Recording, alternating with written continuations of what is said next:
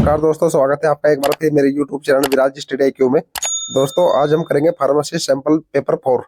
ठीक है, इसमें टॉप 50 MCQ यहाँ पर पूछे गए हैं जो कि हिंदी और इंग्लिश दोनों भाषाओं में दिए गए हैं। तो दोस्तों शुरू करते हैं पहले क्वेश्चन से। पहले क्वेश्चन में पूछा गया है emulsion are which type of dosage form, मतलब इमल्सन किस प्रकार की खुराक है। तो दोस्तों इमल्सन होते हैं biphasic liquid dosage form. Option number D इसका सही उत्तर होगा। क्वेश्चन नंबर 2 में पूछा गया है how much concentration of sugar are used in syrup according to Indian pharmacopoeia, यानी कि भारतीय फार्माकोपिया के अनुसार सिरप में चीनी की कितनी सांद्रता का उपयोग किया जाता है। तो दोस्तों जो सिंपल सिरप होते हैं उनमें जो शुगर की सांद्रता या कंसंट्रेशन होती है वो होती है 66.67 ग्राम, यानी कि ऑप्शन नंबर ए इसका सही उत्तर होगा। क्वेश्चन नंबर 3 है the HLB range for waiting agent, यानी कि गीले एजेंट के लिए HLB रेंज क्या है। तो दोस्तों जो वेटिंग एजेंट होते हैं उनके लिए HLB रेंज रहती है 7 to 9, यानी कि ऑप्शन नंबर ए इसका सही उत्तर होगा।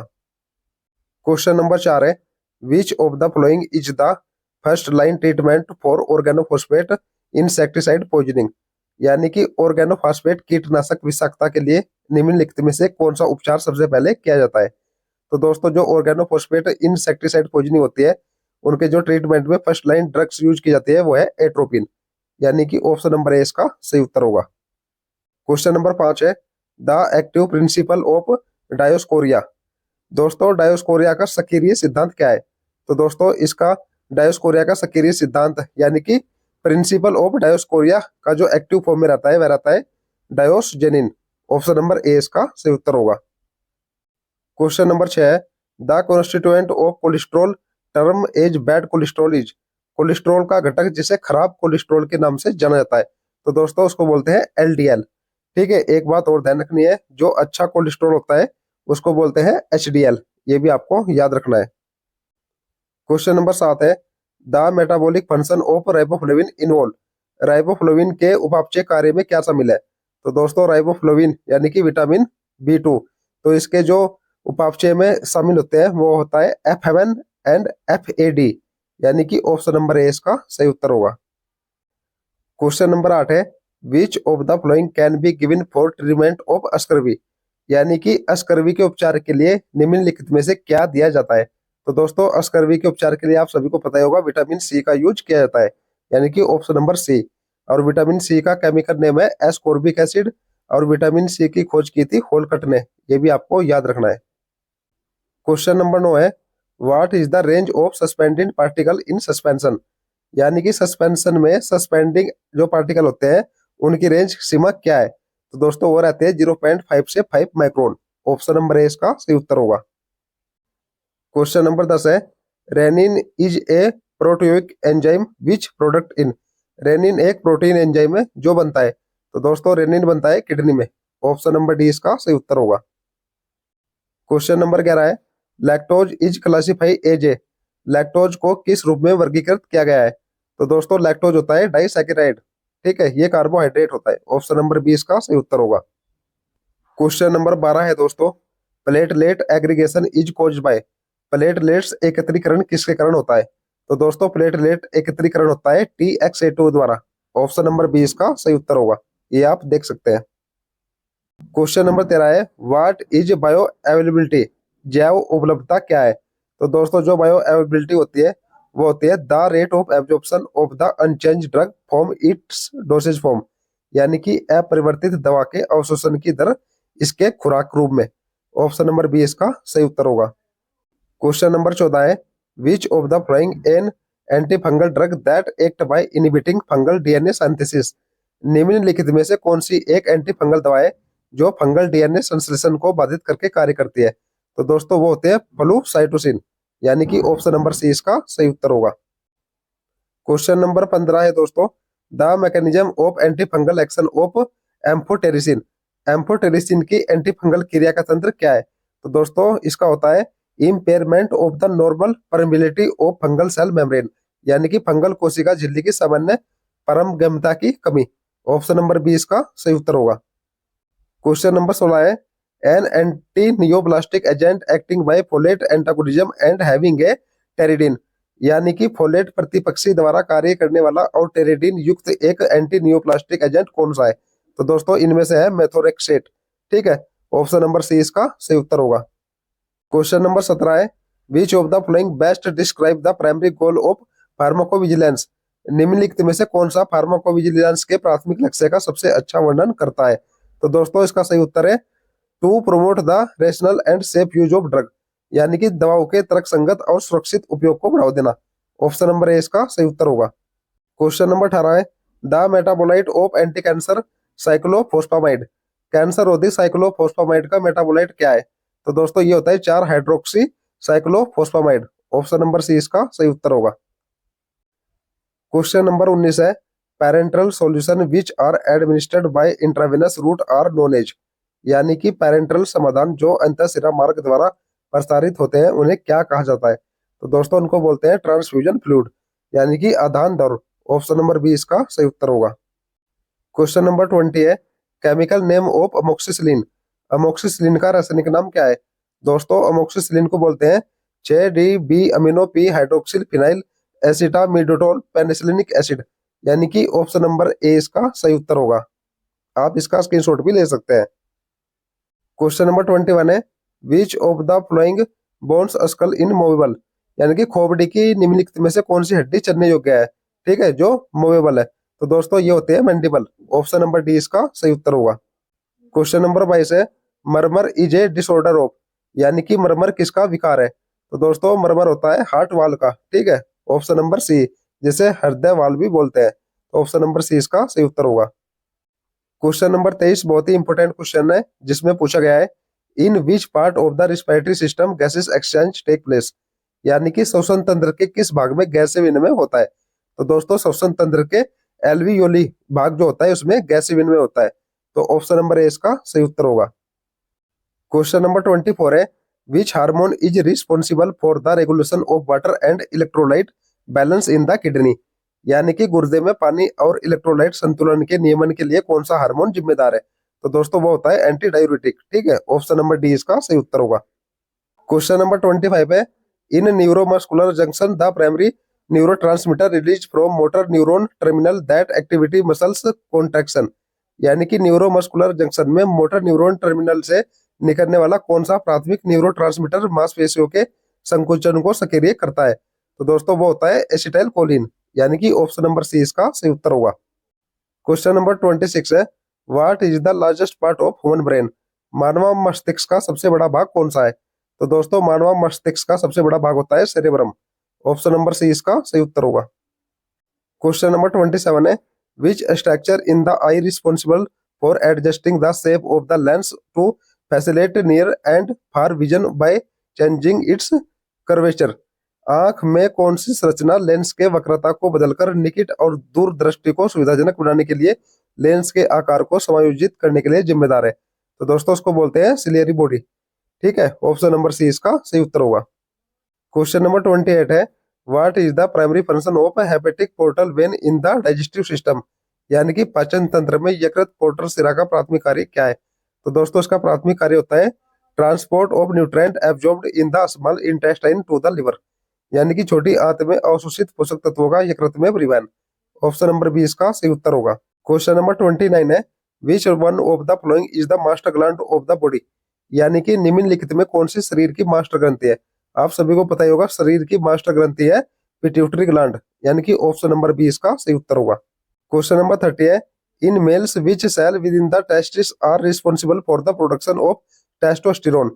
पुरुषों में वर्षन के भीतर कौन सी कोशिकाएं टेस्टोस्टेरोन के उत्पादन के लिए जिम्मेदार होती है। तो दोस्तों उनको बोलते हैं लेडिंग कोशिकाएं।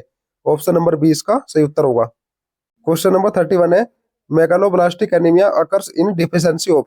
मेगालोब्लास्टिक एनीमिया किसकी कमी से होता है। तो दोस्तों मेगालोब्लास्टिक एनीमिया जो होता है वो होता है विटामिन बी12 की कमी से, जिसको साइनोकोबालामिन भी बोलते हैं। तो ऑप्शन नंबर ए इसका सही उत्तर होगा। क्वेश्चन नंबर 32 है, which contraceptive method primary work by preventing the release of egg from the ओरी।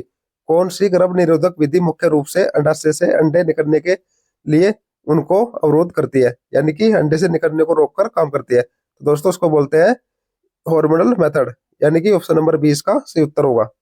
क्वेश्चन नंबर 33 है, one among the following is a communicable disease. निम्नलिखित में से कौन सा संक्रामक रोग है। तो दोस्तों इनमें से जो संक्रामक रोग है वो है फाइलेरिया। ऑप्शन नंबर डी इसका सही उत्तर होगा। क्वेश्चन नंबर 34 है, in the contest of first aid of Burns what is the recommended initial step for treating A thermal burn. यानी कि जलने पर प्राथमिक उपचार के संदर्भ में थर्मल बर्न के इलाज के लिए अनुशंसित प्रारंभिक चरण क्या है। तो दोस्तों जो प्रारंभिक चरण यानी कि फर्स्ट एड होता है वह होता है ठंडे पानी में जले हुए स्थान को डुबोए, यानी कि immerse the burn in cold water. Option number B इसका सही उत्तर होगा। क्वेश्चन नंबर 35 है, which of the following method is commonly used for the removal of microbial contaminant during the purification of water. यानी कि पानी के शुद्धिकरण के दौरान सूक्ष्मजीवी संदूषकों को हटाने के लिए आमतौर पर निम्नलिखित में से किस विधि का उपयोग किया जाता है। तो दोस्तों उसको बोलते हैं क्लोरीनेशन, ठीक है, यानी कि क्लोरीकरण। ऑप्शन नंबर सी इसका सही उत्तर होगा। क्वेश्चन नंबर 36 है, which staining technique is commonly used to differentiate between gram positive and gram negative bacteria based on their cell wall characteristics. Gram positive और ग्राम नेगेटिव बैक्टीरिया के बीच उनकी कोशिका भित्ति विशेषताओं के आधार पर अंतर करने के लिए आमतौर पर किस धुंधलापन तकनीक का उपयोग किया जाता है। तो दोस्तों उसको बोलते हैं gram staining. Option number C इसका सही उत्तर होगा। क्वेश्चन नंबर 37 है, what is the primary mode of transmission of the measles virus. खसरा वायरस के संचरण का प्राथमिक तरीका क्या है। तो दोस्तों जो खसरा वायरस होता है उसका संचरण होता है एयरबोर्न ड्रॉपलेट के रूप में, यानी कि वायु जनित बूंदों के रूप में। तो ऑप्शन नंबर ए इसका सही उत्तर होगा। क्वेश्चन नंबर 38 है, विच type of hepatitis is primarily transmitted through the focal oral route and is associated with contaminated food and water.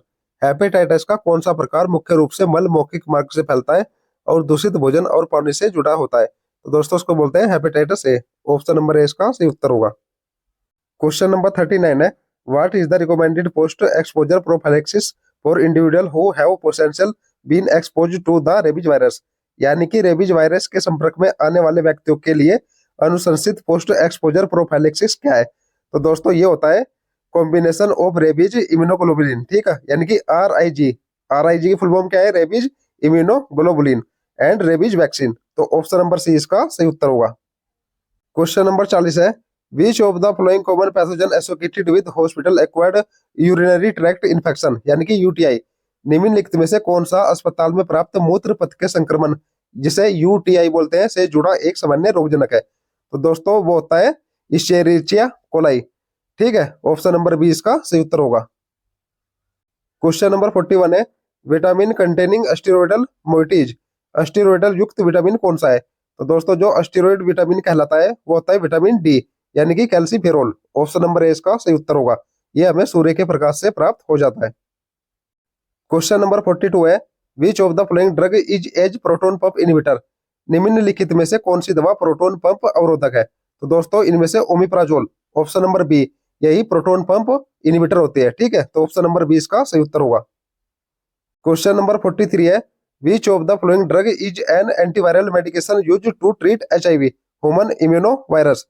यानी कि निम्नलिखित में से कौन सी दवा एचआईवी के इलाज के लिए इस्तेमाल की जाने वाली एंटीवायरल दवा है। तो दोस्तों इनमें से जिडोवुडीन, ठीक है। ऑप्शन नंबर बी इसका सही उत्तर होगा। यही एचआईवी के इलाज में यूज की जाती है। क्वेश्चन नंबर 44 है, which of the following is a common mechanism of action for non steroidal anti inflammatory drugs.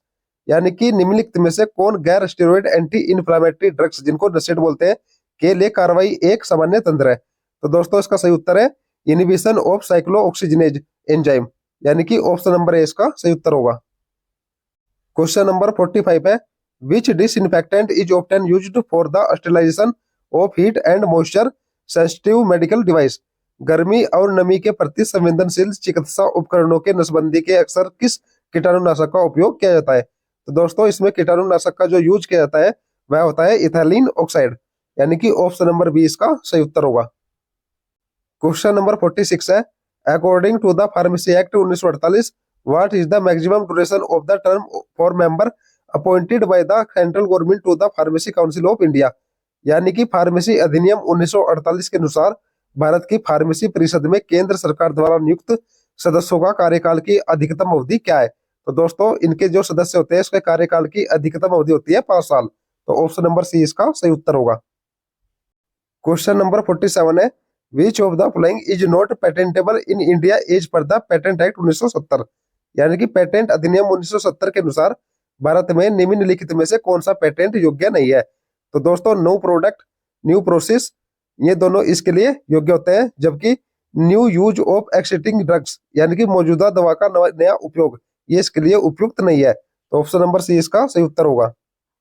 Question number 48 है, the schedule to which list of drug to be sold on prescription only belong to, केवल नुस्खे पर बेची जाने वाली दवाओं की सूची किस अनुसूची से संबंधित है? तो दोस्तों अनुसूची एच के अंतर्गत वे दवाई आती है जो केवल प्रिस्क्रिप्शन पर बेची जाती है। तो ऑप्शन नंबर सी इसका सही उत्तर होगा। क्वेश्चन नंबर 49 है, drugs and magic remedy act was passed in, औषधीय एवं जादुई उपचार अधिनियम कब पारित किया गया था? तो दोस्तों ये हुआ था 1954 में, यानी कि ऑप्शन नंबर बी इसका सही उत्तर होगा। क्वेश्चन नंबर 50 दोस्तों इस सीरीज का लास्ट क्वेश्चन है, जिसमें पूछा गया है, standard to be complied under drug and cosmetic act 1940 for drugs imported manufactured stocked and exhibited for sale और डिस्ट्रीब्यूशन आर कवर्ड अंडर, यानी कि औषधि एवं प्रसाधन सामग्री अधिनियम 1940 के अंतर्गत आयातित, निर्मित, भंडारित और बिक्री या वितरण के लिए प्रदर्शित औषधियों के लिए अनुपालन किए जाने वाले मानक किसके अंतर्गत आते हैं? तो दोस्तों ये होती है सेकंड शेड्यूल, यानी कि दूसरी अनुसूची। तो ऑप्शन नंबर बी इसका सही उत्तर होगा। तो दोस्तों ये थे टॉप 50 MCQ जो हिंदी और अंग्रेजी दोनों भाषाओं में मैंने आपको कराए हैं। वीडियो आपको कैसे लगी कमेंट में जरूर बताना। मिलते हैं दोस्तों नेक्स्ट वीडियो में, तब तक के लिए जय हिंद दोस्तों।